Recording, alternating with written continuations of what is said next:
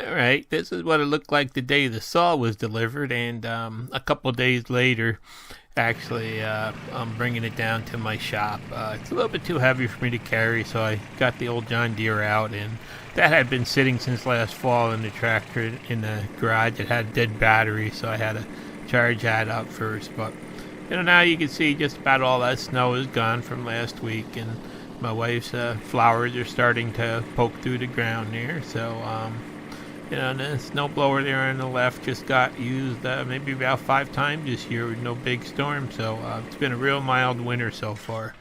Anyhow, I'm finally getting out my shop. Yeah, since last fall, I haven't been out here, and I lit up a fire to warm it up, and it's about 50 degrees out now. And this is the saw that Evolution sent to me a couple weeks back. They contacted me and asked me if I'd like to try one of their brand new models of metal cutting saws out that had just come out. And I just kind of sent them an email back and said only if it's got a good vise, because if you saw the other video about my other saw that I had bought, I've been having nothing but trouble with that, and the vise is really the big culprit. And they told me no problem. This is the this one will solve all the problems that I had. So they sent it out. It's a brand new model that just came out. You can see it arrived in good shape. It's quite heavy. I think the saw itself is well over 50 pounds. In the packaging and stuff, it's probably closer to 65, 70 pounds. And here it is. It's my first look at it, opening the box up there. And basically, it's the biggest, baddest chop saw available. It's like kind of like homeowner chop saw available these days. And there's that other Rage 3 that I've been using for a couple of years now, and that thing's really taken a beating, and it still runs perfect. So, they do make a great saw, I think. I've cut everything with this, from, all that stone I did to metal to wood.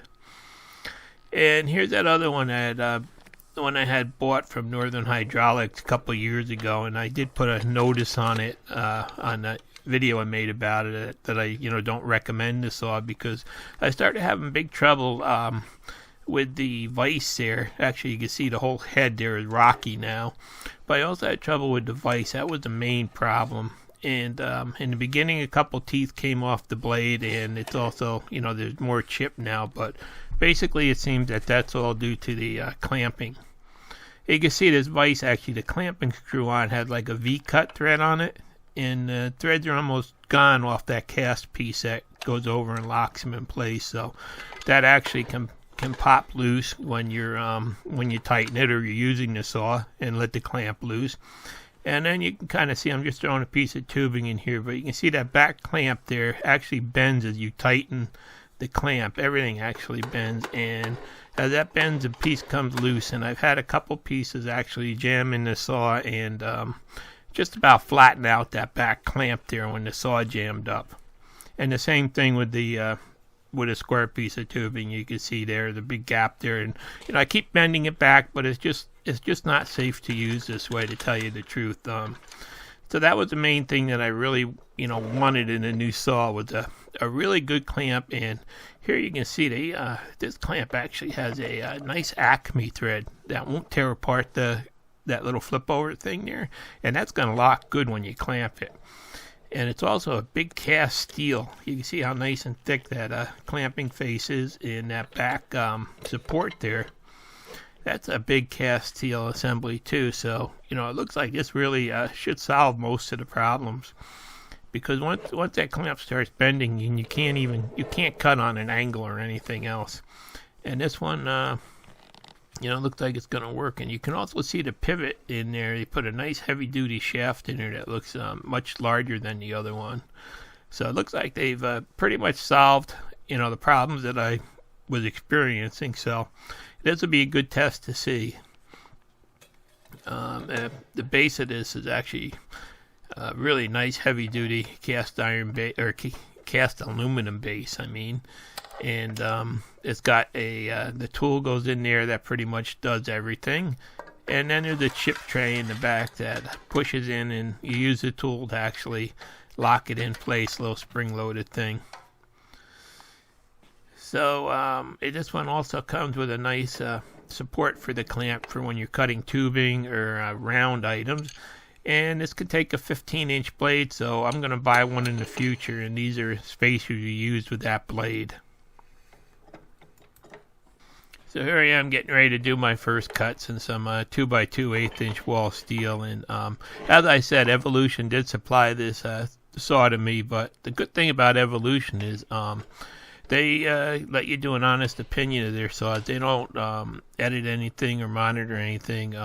You know, they say go for it and tell us what you think about it. So that's a really great thing about Evolution. They've got a lot of confidence in their product.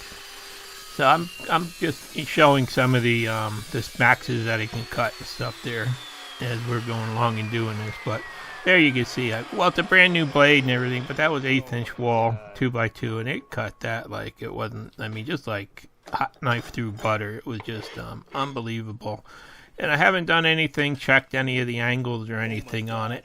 So I'm just going to throw a square on it here and see how it is out of the box. And actually, it's really perfect. There's no drift to the blade as it cuts like my old one, you know, giving you crock-eye cuts and stuff now.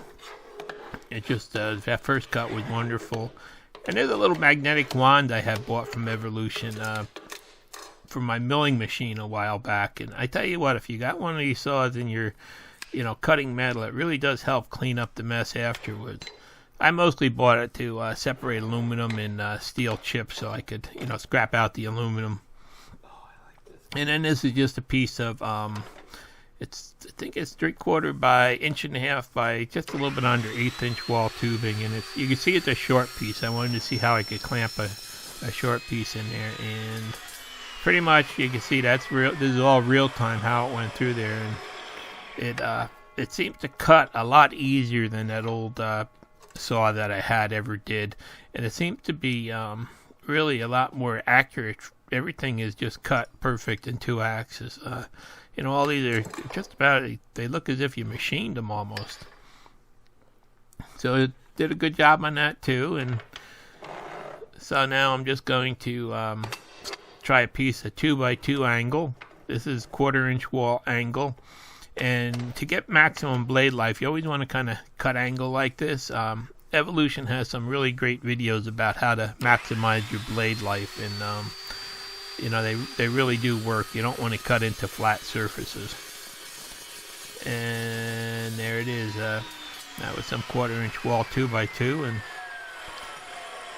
same thing. You know, same results. And this actually is a steel cutting blade. It's for mild steel, and you know, same perfect square cuts and stuff. But they do have other blades available for a stainless steel cutting and also aluminum cutting, should you want to cut those materials. And they also have a thin steel blade too for like studs and stuff like that. And this is a 3x3 by 1/4-inch wall piece of angle. Getting a little bit bigger here. I'm just trying to, you know, start to push the limits and see if it makes a difference. And you know, there you can see no difference, cuts right through it. Beautiful cut. And nice square and everything else, right? You know, and pretty much amazes me. It's I don't know. I guess they've got this blade technology down because it's a better cut than the that other blade that I had ever really gave. And now I'm gonna go up a little bit bigger. This is a piece of tubing that's a 4.5-inch OD by a 1/4-inch wall thickness, and it you know, there's no way I could have clamped it in my other tool and cut it. But in this one here, with the that little adapter there for the rounds and the actual clamp, you can get a really good grip on it. And that's what you need for this type of saw. Without a good clamp, I found out the hard way. Without a good clamp, this saw has really become worthless quickly, and they're basically unsafe. And there you can see everything's clamped nice and tight. That 3-wing handle on the clamp really makes it easy to tighten too. And this is quite a chunk of steel that I just cut there. And there you can see it did a beautiful job. I mean, a little bit there you gotta just take off with a file, and let's just see how square this is, because we're getting into some big chunks here. And turned out that came out perfectly square too. So out of the box, they did have this, really set up nice, and does do a good job. Then I got this piece of 5-inch steel by about 0.31 thick, about 5/16 thick. And I'm gonna just try cutting that next.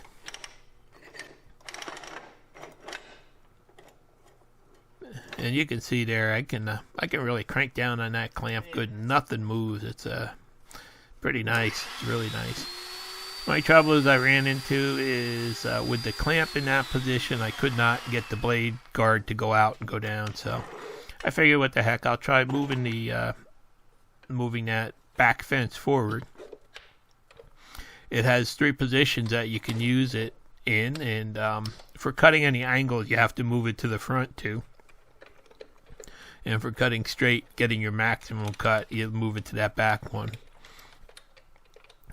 But there's that wrench that's included with it. There's one bolt you have to take out with the wrench, and you unscrew the handle, and then you just have to put that one bolt back in. So it's a little bit over a minute it took me to swap these out and move it to the front there.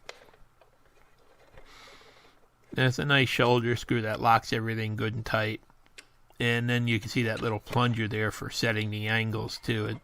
It's right on at 90 degrees. We just checked that, and also show you in a little while that the 45 is right on too.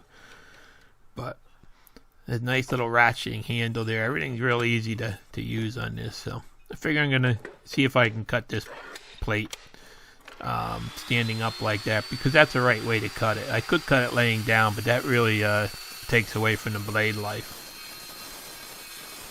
And luckily, with that move to the front, the guard cleared and everything is cutting fine. So this is where you can cut your 5x5 stock when you move it out front there. And again, nice clean cut.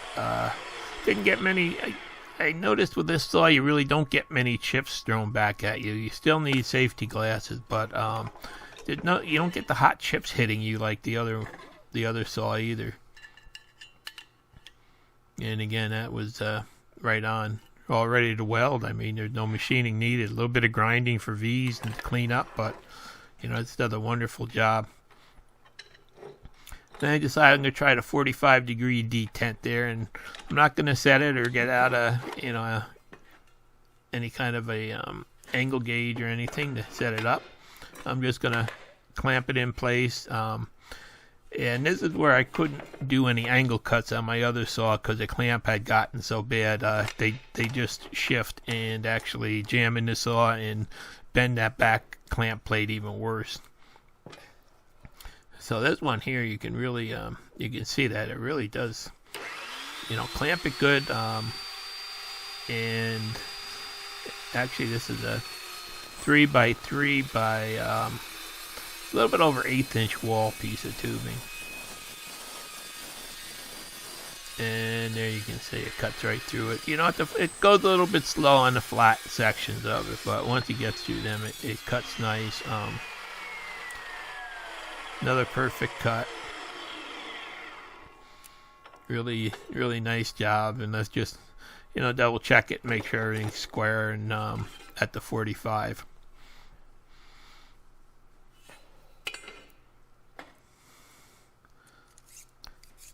So it looks like what I'm seeing here is it's right on at the 45. So those detent pins that they put in there really going to be handy, especially for when you're trying to weld up corner seams and stuff.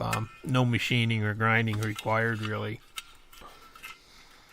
So pretty much so far, everything that I've thrown at this saw has come out good. I don't know how long the blade will last or anything else, but I've had really good luck. You just have to make sure that you cut the recommended materials.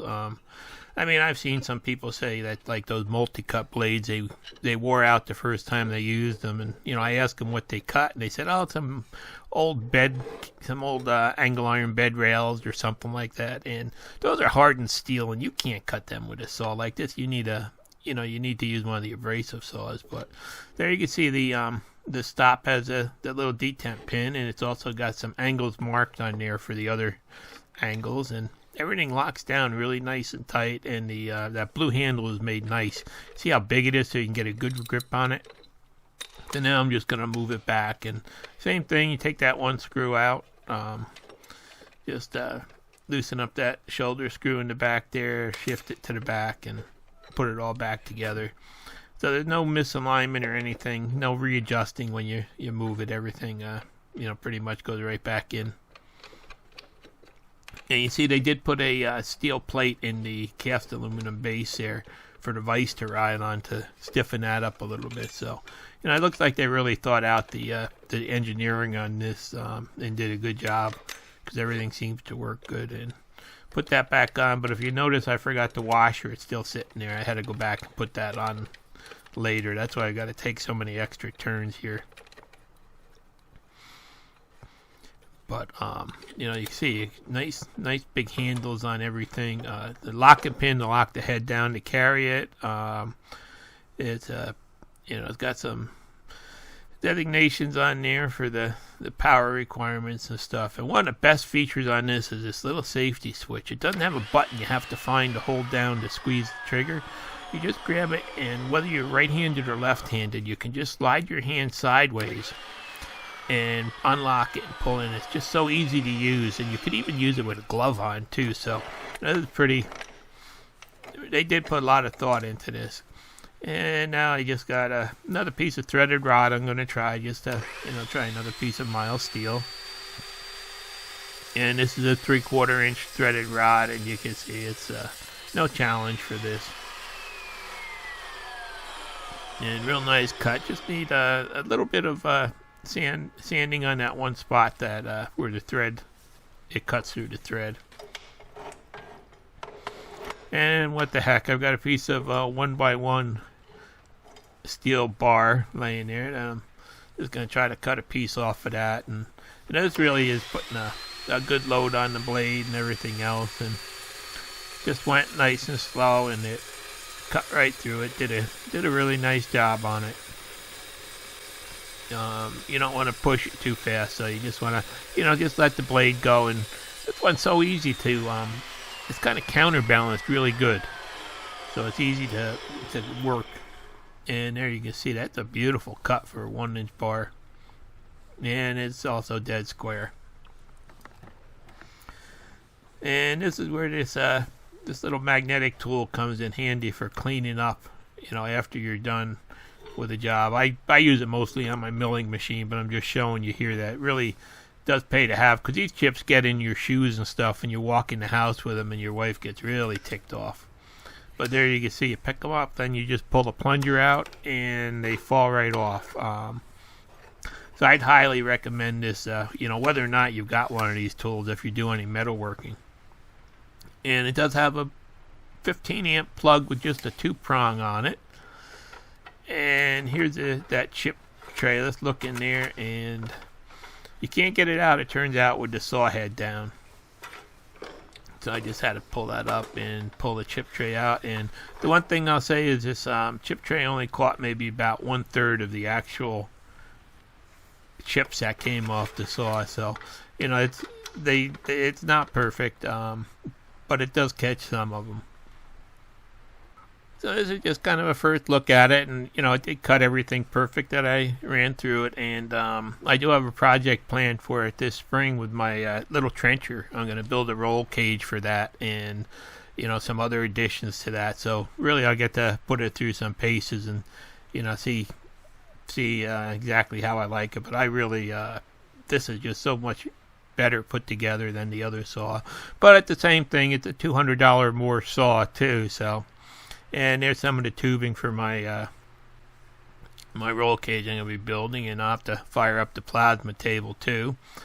And I do have to modify this turntable where I have the old saw on because the new one is much larger, so that'll keep me busy for a while. So from now on, you'll continue to see this used in videos, and we'll get to see how long it does stand up. You know, everybody will see what's going on, but I really think this one's going to outlast me. It's it seems to be well made.